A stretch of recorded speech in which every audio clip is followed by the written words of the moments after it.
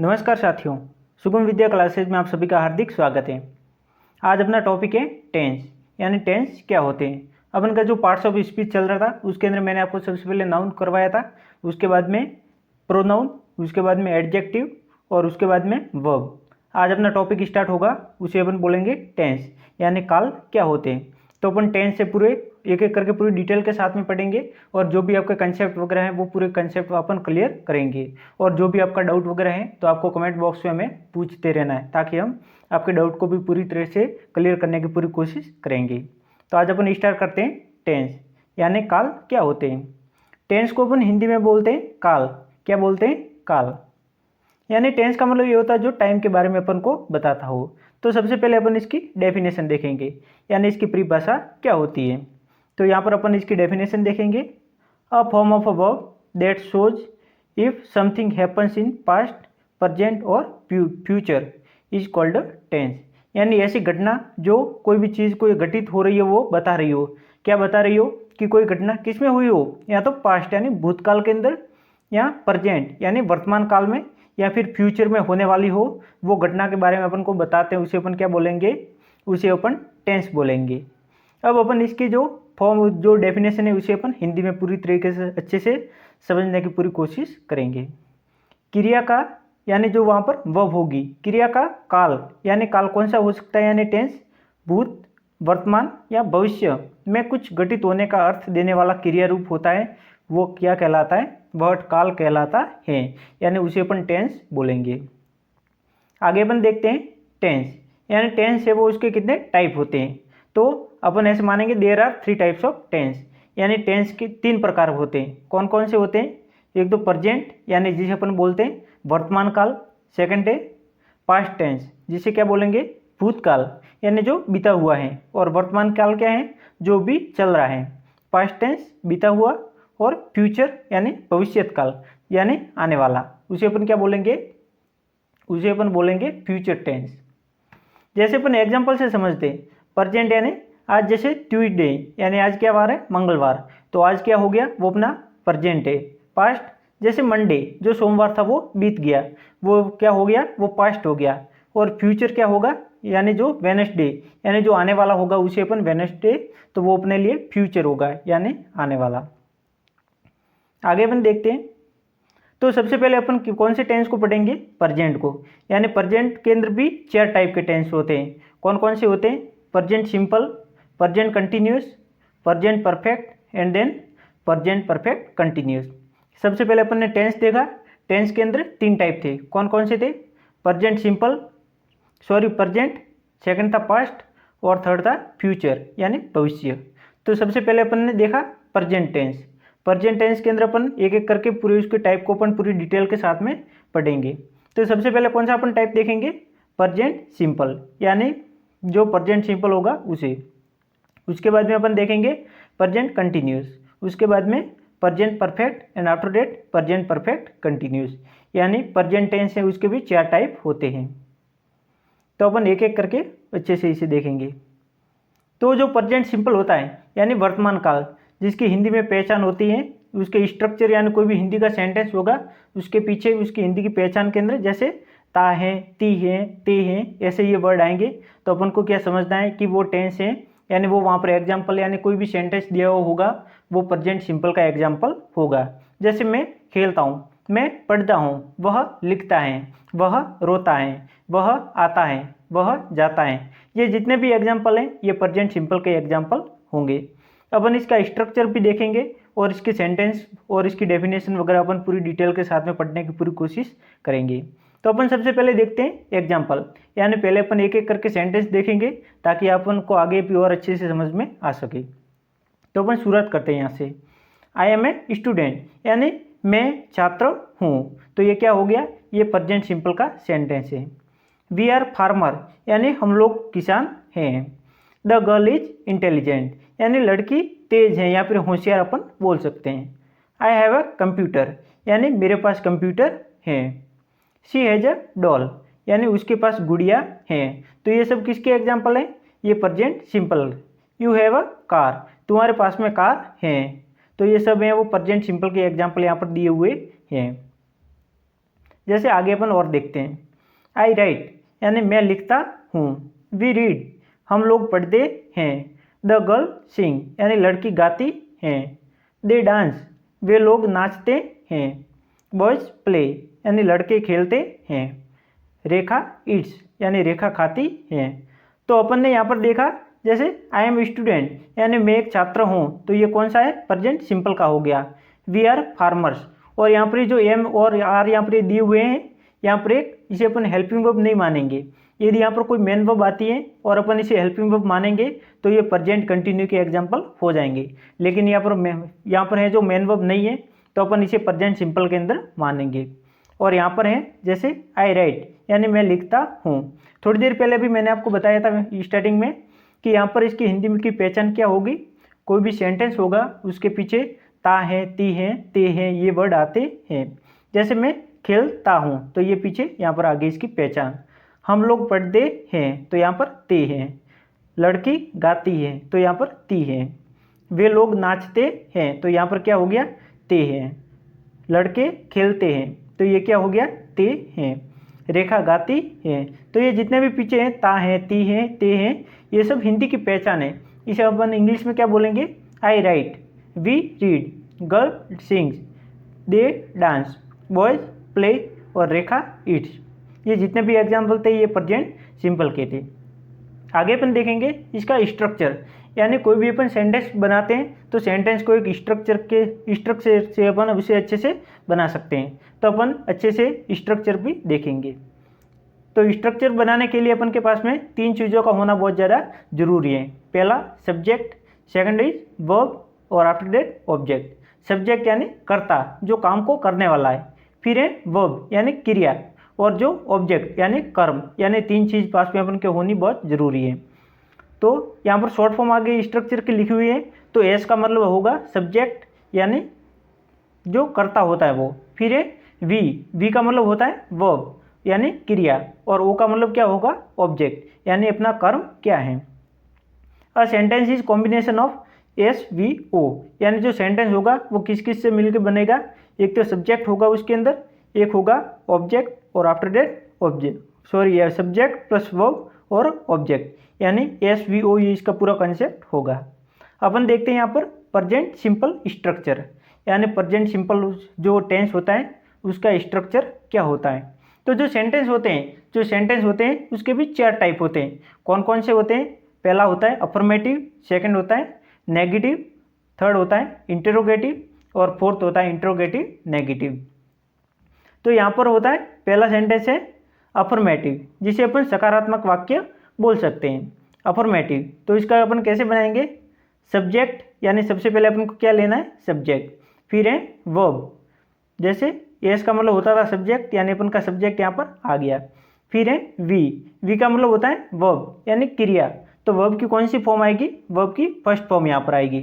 तो उसके बाद में वर्ब की फर्स्ट फॉर्म के साथ में अपन को एस या फिर ई एस लगाना है। अपन आगे देखेंगे कि एस कहाँ पर लगाना है और ई एस कहाँ पर लगाना है, वो अपन आगे देखेंगे। फिर है ऑब्जेक्ट, यानी जो उसका कर्म है वो अपन को वहाँ पर ऑब्जेक्ट ऐड करना है। जैसे कि एग्जाम्पल यहाँ पर दिया हुआ है, आई राइट अ लेटर, यानी मैं पत्र लिखता हूँ। तो आई यहाँ पर अपना हो गया सब्जेक्ट, राइट एक वर्ब है और ये लेटर क्या हो गया, एक ऑब्जेक्ट हो गया। आगे अपन देखेंगे नेगेटिव, पहला हो गया अफर्मेटिव और दूसरा क्या हो जाएगा, नेगेटिव। नेगेटिव के अंदर अपन स्ट्रक्चर इसका देखेंगे। नेगेटिव यानी जो नकारात्मक वाक्य होता है, यानी उसके अंदर नॉट होगा। तो पहला होगा सब्जेक्ट, स्ट्रक्चर के अंदर क्या लिखेंगे अपन, सब्जेक्ट प्लस डू या फिर डज।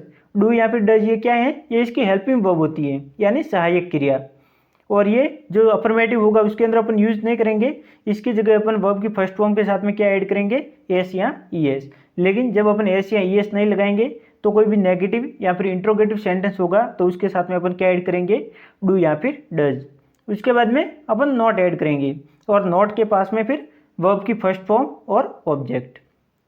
इसका अपन एग्जाम्पल देखते हैं। मैंने एक ही एग्जाम्पल लिया है ताकि आपको उसी एग्जाम्पल से अच्छे से समझ में आ सके।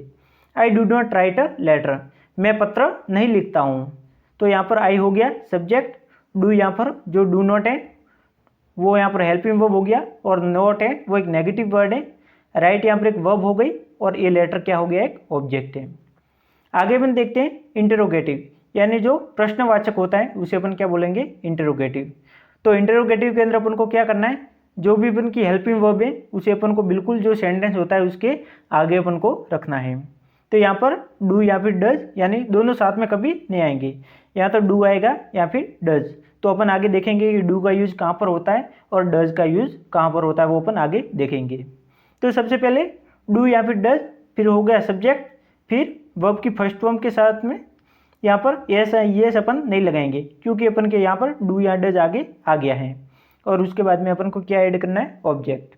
एग्जाम्पल से अपन समझते हैं, do I write a letter, क्या मैं पत्र लिखता हूँ, क्या होगा, क्या मैं पत्र लिखता हूँ। तो डू यहाँ पर आ गया हेल्पिंग वर्ब आगे, उसके बाद में सब्जेक्ट, फिर राइट अपन की वर्ब हो गई और ए लेटर ऑब्जेक्ट हो गया। आगे अपन देखेंगे इंटरोगेटिव नेगेटिव। इंटरोगेटिव नेगेटिव यानी प्रश्नवाचक नकारात्मक वाक्य, जिसके अंदर सबसे पहले हेल्पिंग वर्ब आएगी। तो हेल्पिंग वर्ब क्या थी अपन की, प्रेजेंट सिंपल की डू या डज, फिर subject, after that not and verb की फर्स्ट फॉर्म के साथ में ऑब्जेक्ट। अपन एग्जाम्पल इसका देखते हैं, do I not write a letter, क्या मैं पत्र नहीं लिखता हूँ। तो यहाँ पर डू क्या हो गया, डू एक हेल्पिंग वर्ब हो गई और आई हो गया वो सब्जेक्ट, नॉट यहाँ पर नेगेटिव सेंस यहाँ पर हो गया और राइट एक वर्ब और ए लेटर क्या हो गया, एक ऑब्जेक्ट हो गया। आगे अपन इसके एग्जाम्पल देखते हैं, और ताकि जितने अपन एग्जाम्पल यानी अपनी प्रैक्टिस करेंगे उतनी अपन को चीज़ें बहुत ही अच्छे से समझ में आएगी। सीता गोज टू दिल्ली, यानी सीता है वो दिल्ली जाती हैं। तो यहाँ पर सीता क्या हो गया, एक सब्जेक्ट है, गो यहाँ पर वर्ब है और सब्जेक्ट यहाँ पर क्या हो गया, सिंगुलर। तो यहाँ पर वर्ब क्या हो जाएगी, वर्ब यहाँ पर प्लूरल हो जाएगी, यानी गो के साथ में ईएस अपन को लगाना है। तो यहाँ पर सीता हो गया सब्जेक्ट, फिर अपन की वर्ब, और टू एक कंजक्शन है यानी दोनों चीज़ों को जोड़ने वाला है, और दिल्ली अपन का एक ऑब्जेक्ट हो गया यानी प्लेस का नाम हो गया। फिर है इसका नेगेटिव सेंटेंस, यानी जो ये एक एग्जाम्पल है इनके अपन ने चारों बनाए, ताकि एक से एग्जाम्पल के चार अपन कैसे बनाते हैं। यानी ये हो गया अफर्मेटिव का, ये हो जाएगा नेगेटिव का, और आगे इंट्रोगेटिव, और ये हो जाएगा इंट्रोगेटिव नेगेटिव का। तो अपन ने अफर्मेटिव देख लिया, अब अपन देखेंगे नेगेटिव, यानी नेगेटिव यानी नकारात्मक वाक्य कैसे बनाते हैं। तो यहाँ पर Sita does not go to Delhi, Sita Delhi नहीं जाती हैं। तो सीता यहाँ पर सब्जेक्ट हो गया, डज यहाँ पर हेल्पिंग वर्ब हो गया, फिर हो गया नॉट, फिर गो यहाँ पर वर्ब हो गई और टू दिल्ली ऑब्जेक्ट हो गया। तो यहाँ पर डज यहाँ पर लगा, डज क्यों लगा, क्योंकि सीता जो सब्जेक्ट था वो सिंगुलर सब्जेक्ट है यानी एक वचन है। तो वहाँ पर सिंगुलर यदि कोई सब्जेक्ट होता है तो उसके साथ में अपन डज लगाएंगे, और जैसे यहाँ पर आई, वी और यू यहाँ पर होता है तो अपन यहाँ पर क्या यूज करेंगे, अपन यहाँ पर डू का यूज करेंगे।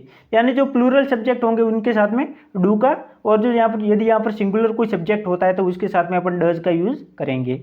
आगे अपन देखते हैं interrogative, does Sita go to Delhi, क्या सीता दिल्ली जाती हैं। तो यहाँ पर पीछे अपन को क्वेश्चन मार्क लगाना है, क्या सीता दिल्ली जाती हैं। तो डज यहाँ पर हेल्पिंग वर्ब हो गया, सीता एक यहाँ पर क्या हो गया सब्जेक्ट, फिर गो एक वर्ब हो जाती है और दिल्ली ऑब्जेक्ट।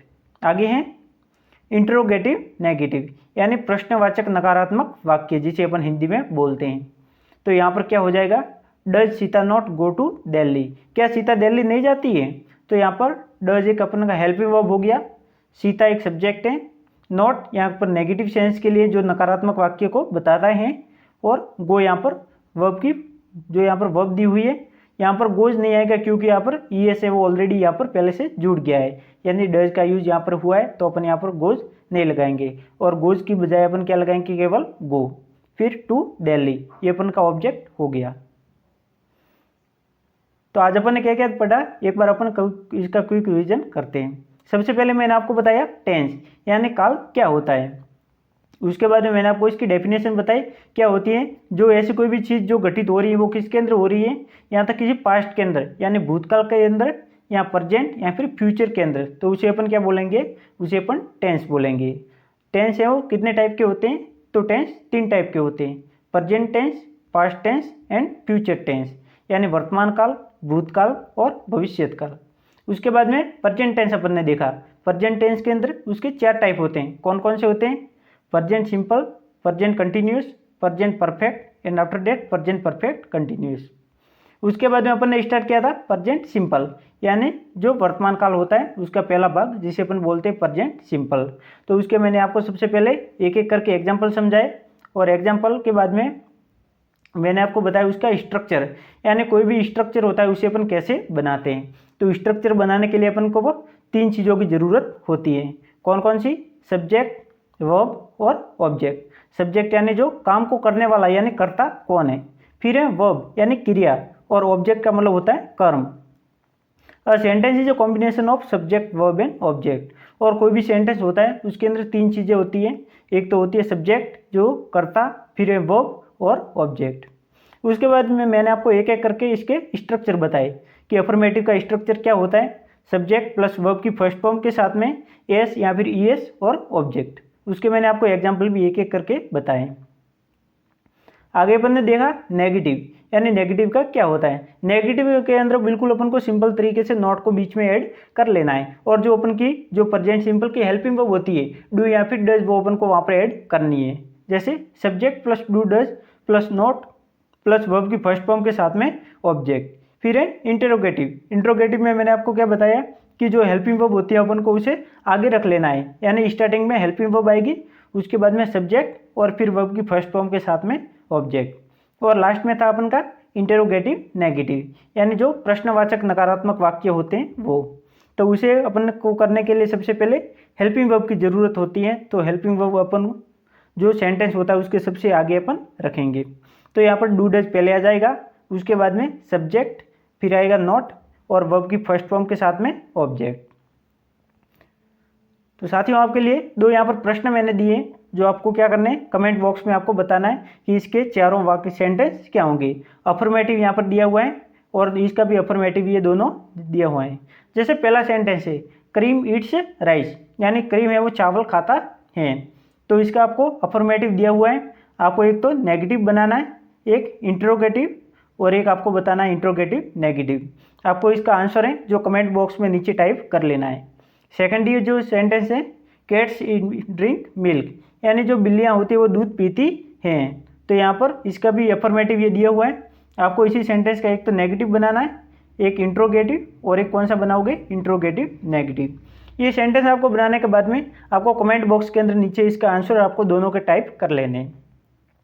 तो साथियों आज के लिए इतना ही, अपन आगे कल पढ़ेंगे प्रेजेंट कंटिन्यूस, और इसके जो प्रेजेंट सिंपल हैं इसके जो भी रूल्स वगैरह बाकी हैं वो आपको मैं कल लिखवाऊंगा कि इसका यूज कहाँ कहाँ पर होता है। तो आज के लिए इतना ही। यदि आप हमारे यूट्यूब चैनल पर पहली बार आएँ तो इसे सब्सक्राइब जरूर कर लें और बेल आइकन को जरूर प्रेस करें। और यदि आप हमारे टेलीग्राम से अभी तक नहीं जुड़े हैं तो शुभम विद्या क्लासेस के नाम से हमारा टेलीग्राम चैनल है, वहाँ पर भी आप ज्वाइन हो सकते हैं। Thank you so much for watching the video. Click the subscribe button to my channel, press the YouTube bell icon and don't miss updates. Thank you.